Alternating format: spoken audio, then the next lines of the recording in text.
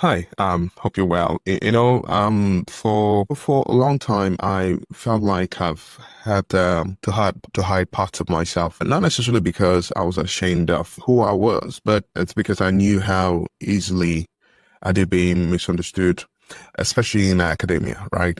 Being a Christian on one hand, but also being a psychological scientist on the other hand. And I think in the academic world, I did worry that um that people would see me as being too religious or being a person of faith, and there it's whether you like it or not, there is a stigma that comes with just identifying as one. And I think in the church, on the other hand, I was worried as well that I was also being I was worried that I would be leveled to be too scientific for the church. And so there's this binary or this dichotomy that on one hand within the scientific field, I'm saying that, oh, he's religious. No, we don't want anything to do with him because that would dilute the scientific rigor of the work. On the other hand, the faith communities is like, has a science thing going on. I don't think it's Christian enough. He's but slight leader because of that. And so I walked this tightrope between two identities. And also I'm not just a Christian, I'm also a preacher, I'm a clergy. And so I walk this dual identity as one as a clergy or preacher, the other as a psychologist or as a scientist and a disciple of Jesus. But I've learned something over the years.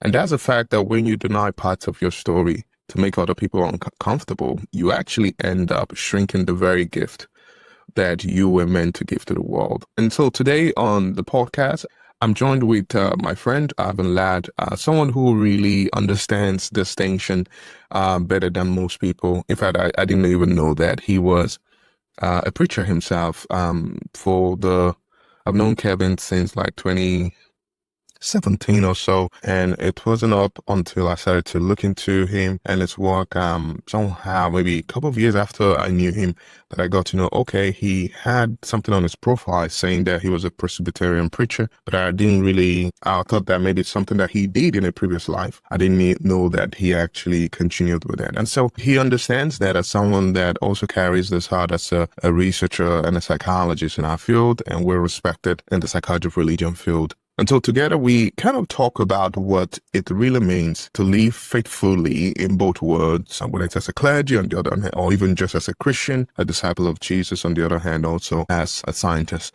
And we look at what that looks like. And most importantly, ask the question around how science and faith whether science and faith don't have to compete, because I don't think there's any need. Both, constructs of both science and faith should compete to start with, because I think that they can actually refine each other. And so if you've ever felt caught in the middle or caught between two callings like I have, or you've questioned whether you are actually enough of either of those two binaries or dichotomies that you're struggling with, I think this episode is for you. And so let's get into it, and drop your comment if you might enjoy some of the content and conversations that we might have. Speak soon. See you soon. Like I noticed, even, for most people that probably don't know much about you, you're probably one of the respected people within the psychology of religion movement. But I noticed something interestingly. It's like you don't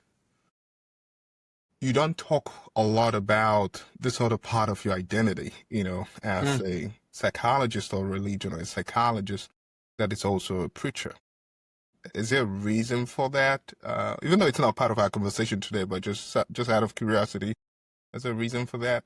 Yeah, I think a lot of that comes from my long-term relationship with Bernie Spilka and sort of the training in that zone. Even with, Ralph Hood and Richard Gorsuch before that, there's such a strong emphasis on the psychology of religion as the science side of things. Right. It was never intended to, suppress or replace in any way what you were in terms of your own personal identity and faith and such. But they were I shouldn't say pretty, they were extremely serious about having the science angle, because they had seen very clearly what happens when you start mixing the science with the personal sort of approaches. And it really detracted from the psychology of religion field to interact and talk with other fields, because they immediately got written off as, those are those just people who are totally agenda driven, and people wouldn't talk to you. So it's kind of a response in a way to some Sorry, kind of I lost just a second here. I lost lost your volume here. Let me see if I can fix that. Okay. Is it better? I'm happy to bring this up. Is it much better? No, I think it's on this end. Give me just a second. I'm going to switch over and put on a pair of headphones. Headphone. Okay. Sometimes the different platforms Hmm. interact differently with the speakers here, so let me just plug these in. Okay. But I love where this conversation is going because also it's Okay, that'll work better. okay, fantastic. I love where this conversation is going because it sounds like it's sort of a response to some kind of pushback against those that normally part of their identity is this other thing, that they're not necessarily just psychologists or just scientists, but also they have this other vocation to either be a priest, be a pastor, or be a clergy. But on the other hand, also they are also scientists. The reason why I also asked that is that in my own way, I've also kind of personally had challenges with that initially at the initial time in my career, I was hiding that part of myself that it's a preacher, to the point that even when I'm invited to preach at churches, I would often tell them not to put my name on their YouTube video so that when people search, they don't like it, you know. And so probably this, and most of the churches did that, and I remember someone asking me, why is that? And I had to explain, the challenge that I've had being a scholar on one hand, a scientist, a psychological scientist. On the other hand, also I'm passionate about God and I consider myself a disciple of Jesus and also happen to be a clergy. So, and when I see people that do it, I'm always drawn to such kind of people. Like this is one of the reasons why I was yoked I was connected with what's his name, Fraser Watts, who was Right. an Anglican priest and Yep. also a formidable psychologist. Same with Leslie Francis as well. Both of which have demonstrated that you can be this other person and still be the best at your game. It's funny. In fact, it's funny. One of the times when Fraser and I were editing a book on the psychology of religion and place, one of the criticism of one of the reviewers was that the person said something to the tone of Watts and counted their priests.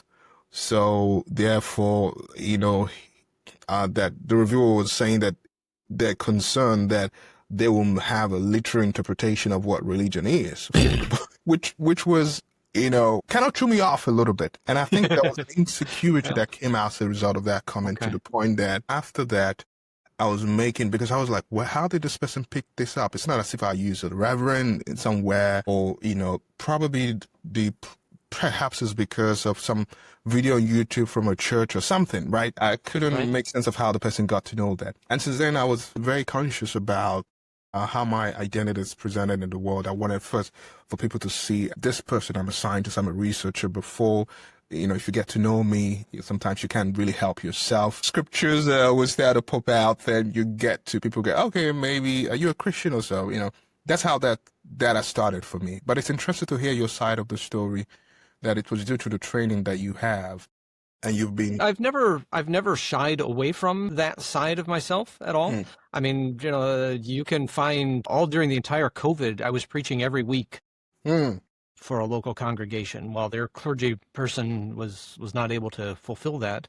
And so every week we were doing sermons. And so, yeah, I mean, that's all over the place. Never really sought to hide it, but I do definitely try to make sure that scientific edge is very, very clear. And, it's going to be the case that the way that you frame questions and such is always, it's coming out of your experience. And so that informs it. But I think that's a value because you've got then an insider sort of a line on questions. And when I talk about prayer, I could do that in a way that's very different than a lot of other people because I'm asking different kinds of questions. Where somebody else might say, that's fine, that's the end of the topic. I would say, no, that's not the end of the topic because when people pray, there's these other layers. And I think for me, that has resulted in, I would say that the challenge that I think I tend to be harder on topics like prayer, and I tend to be more critical and more analytic than somebody who is not coming out of a background where they've actually engaged in prayer, because the conversation can very easily be a superficial one. Yeah. And I say, well, wait a second. When I sit with people who are parishioners, that is not the end of their story. They're not just sort of doing this and A, B, and C and following this. Here's all the nuances. And so I think you get a much richer perspective, although it's ironic because I've got all of my students and stuff, and the last set of student evaluations, one of my students wrote something on there because I was talking, there was one lecture that was about tarot and astrology and things like that. And I was using those in an experimental methods class to talk about these are not experimental. You can't research. And one of the students came away and said, I can't believe how into tarot and astrology he is. I thought he was a pastor. Professor Ladd, God is calling you home. I'm like, well, okay, so I guess I'm doing a good job of sort of maintaining that status of here's this point, here's that point. Although Yeah. I think the student wasn't necessarily listening to the whole lecture, right? They would have picked up that. But, you know, I am happy, I guess, when students come away and they don't know necessarily what my personal perspective is. But if they want to know, they come and talk to me, and I have, you know, there's no problem. I will sit down and talk with them all day. Yeah. And I think that is something that is unique in my setting at a state university, is that students come to realize which faculty members they can go and talk to about which kinds of things. And that's part of I think, the role that I fill in our department, is that I can talk to students with a lot of authenticity about those kinds of topics of spirituality and development.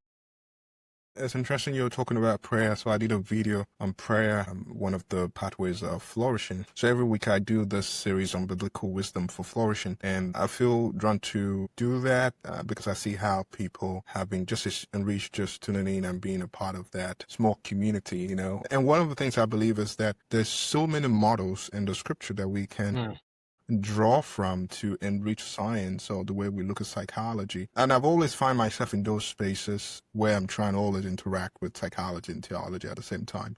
Yeah. But also with that also comes some kind of challenge where either people are perceiving what you're doing as not being as scientific enough. Yeah. Or on the other hand, those that are within the churches, like looking at you from the eyes of, you know, because also there's already a negative connotation of what psychology is, especially for people that look at psychology and religion and faith from the lens of Freud and, you know. Right. And so I remember when I had told one of my mentors that I'll be doing psychology of religion, studying psychology as for my PhD, and he wrote me this long email about how I'm just about to backslide, you know. Oh, yeah. And so it's always and part of that I think is a lack of understanding. So it's like you're always kind of pitched in the middle. On one hand, the scholarly society or the scientific society sees you as, you know, this other person that doesn't have it all. And on the other hand, the faith community is also seeing you as an outsider in some sense, which it's not a fun place to be in. Also, part of this, maybe also that's part of the reason why I ended up having two PhDs, not by design per se, just, you know, if you want like a psychology, okay, I have something in health psychology, also something in religious studies, but still, you know, it's still never really, unfortunately enough. And so I've come to the space where I've accepted that as part of who I am, part of my identity, and presenting my way like myself like that, you know. But most importantly, having to do really good work and allow my work to speak for itself. That even though I'm a Christian and you read my work, you're like, okay, this guy's not just spewing some kind of doctrinal, confessional stuff, you know, and I think that has been one of the things that have been redemptive for me in that process, you know. But also we can't hide the fact that regardless of how we try to position it, somehow our beliefs and values still filters through what we do, in some sense. How do you wrestle with some of that, where the way you might be seeing something might be a reflection of a value system that you have as a Christian, as preacher, as a clergy? Somebody had once said that almost most psychologists are probably people that could have been priests in a different lifetime. Because it's like we're, you know, it's still a part of kind of wanting to help people. And Yeah. but what do you think overall with this kind of tension, you know? Well, to speak to your last point first, right? I mean, read backwards in terms of the history of psychology, right? And look at all the number of people who said, I'm going to go to seminary. And then partway through, they said, no, I'm going to do psychology instead, right? It's littered with people at the very beginnings of our field. And so that, because we're asking those big questions, right? And it's the same kinds of big questions that theology was asking. Right. And we come directly out of that tradition of asking metaphysical sort of questions. What does it mean to be human? Right? Which is always, you know, even back to Wundt and the people before him are saying, you know, this is going to be tricky. We can do physiology and science of physiology, but the rest of it, it's going to be hard. Yeah. Right. So that is really, for me, that is a touchstone early on. And then another piece that you said, where you said it was you felt like you were sort of caught in the middle and being pushed. For me, that's actually sort of the opposite of what you said, because I find that to be fun and encouraging. I like being in that sort of position where I've got people that are coming at, oh, you're not enough of this, and other people, oh, you're not enough of that. Because if I am at that sort of position where I'm not fully and totally aligned with any given party sort of a system, it means I'm probably walking that middle line. So it's not pure enough to satisfy everybody.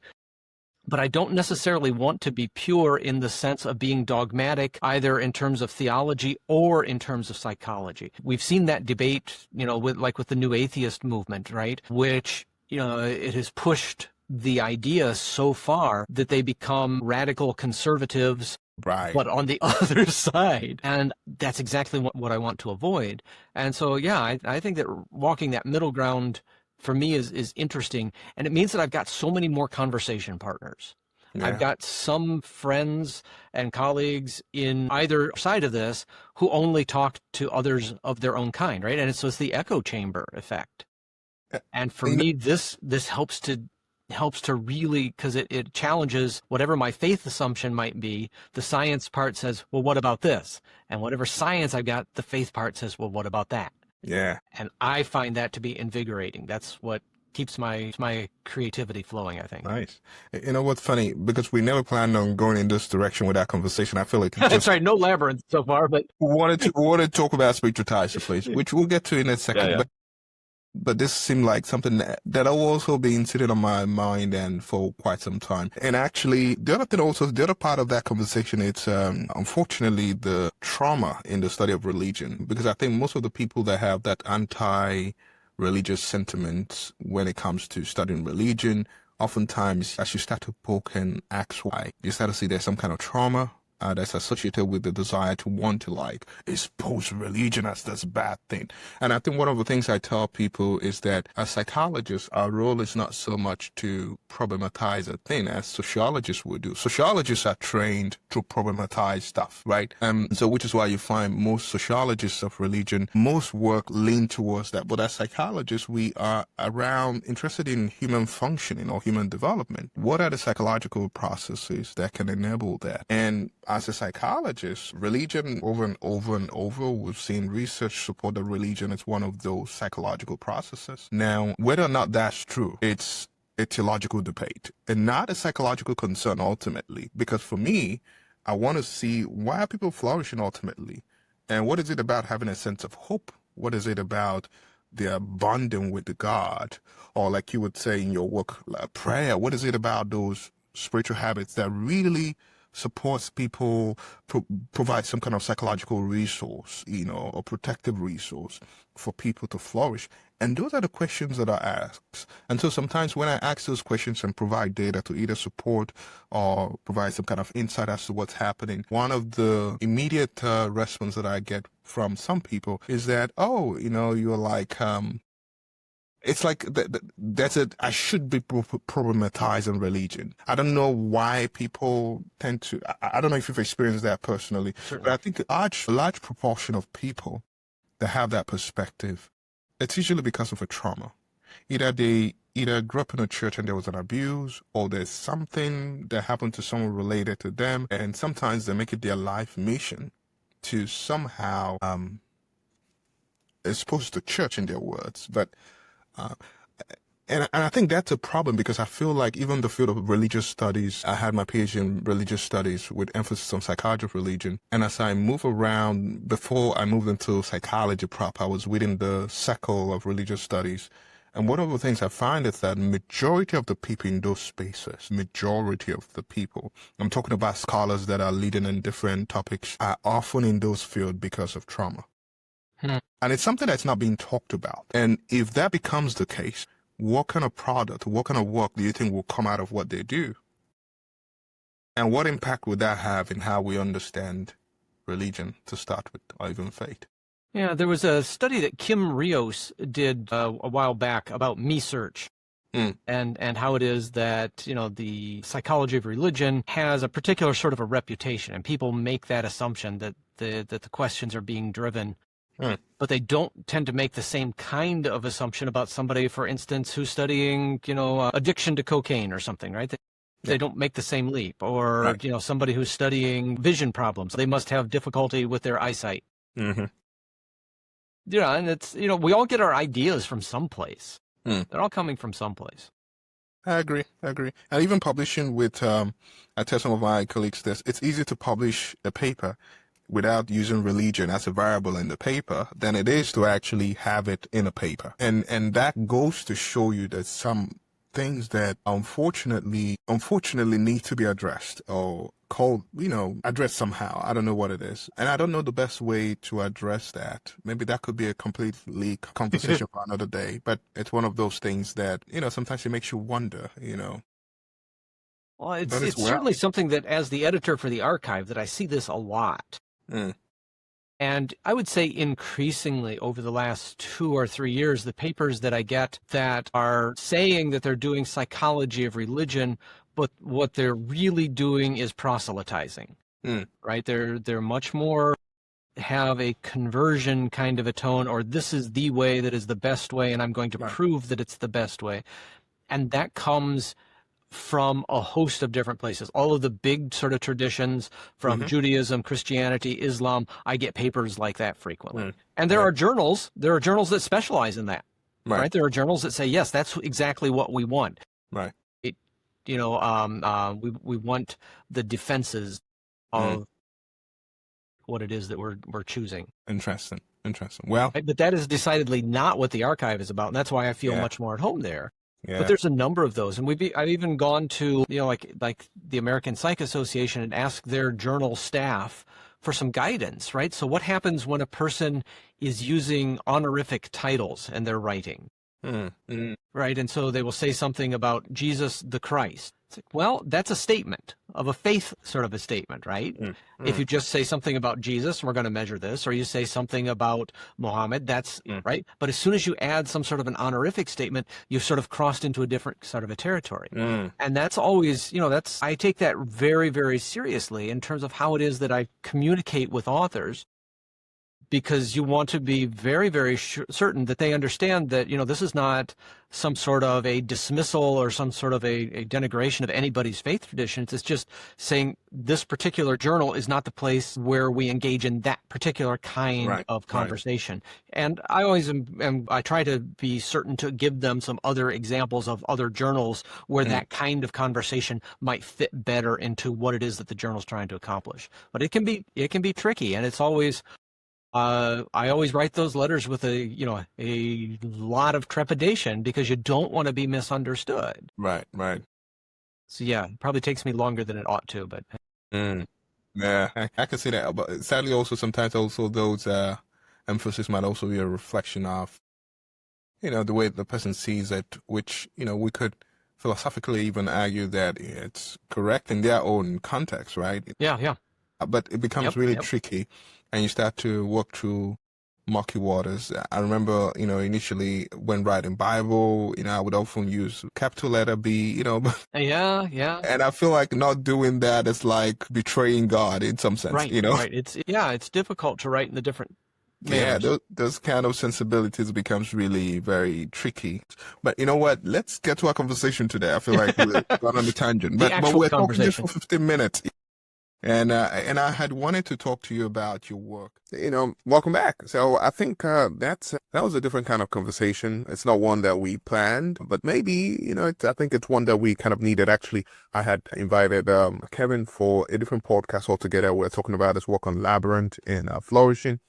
As a segue to kind of talk about my work on spiritual ties to place, and also interview him around that to talk about how we sense the sacred in a place. And so, but I think it's a conversation that we've need. We started off just, branching out, talking about different things, and then that came about. But I think we talked about in briefly the quiet cost of kind of straddling two identities, whether it's on one hand being a scientist, a psychological scientist, but on the other hand being a believer of the law of Jesus. And we also talked about the tension, of actually doing good work and also still being questioned in spite of that. Of course, one of the experiences I've had is oftentimes I'm questioned around my faith and how that somehow might dilute the scientificness of my work. And, I think I've come to the point where I now have the grace of kind of finally saying that this is really who I am, and that's okay. That on one hand, you can be an incredible scientist, a great researcher. On the other hand, you can also be a faithful follower and disciple of Jesus. And there's nothing wrong with wearing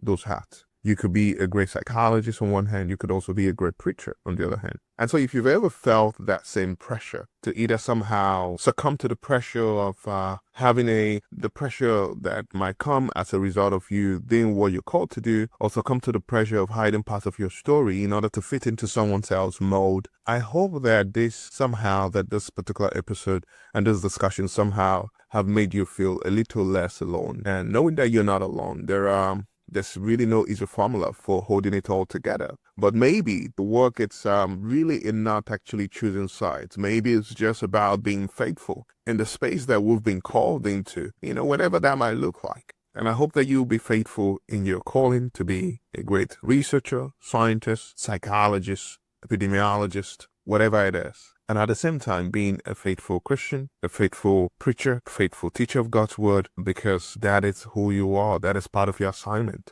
And thanks for being here. I hope I'll see you on the next one. And this is Victor Candid, and this is a Flourishing Podcast. See you soon.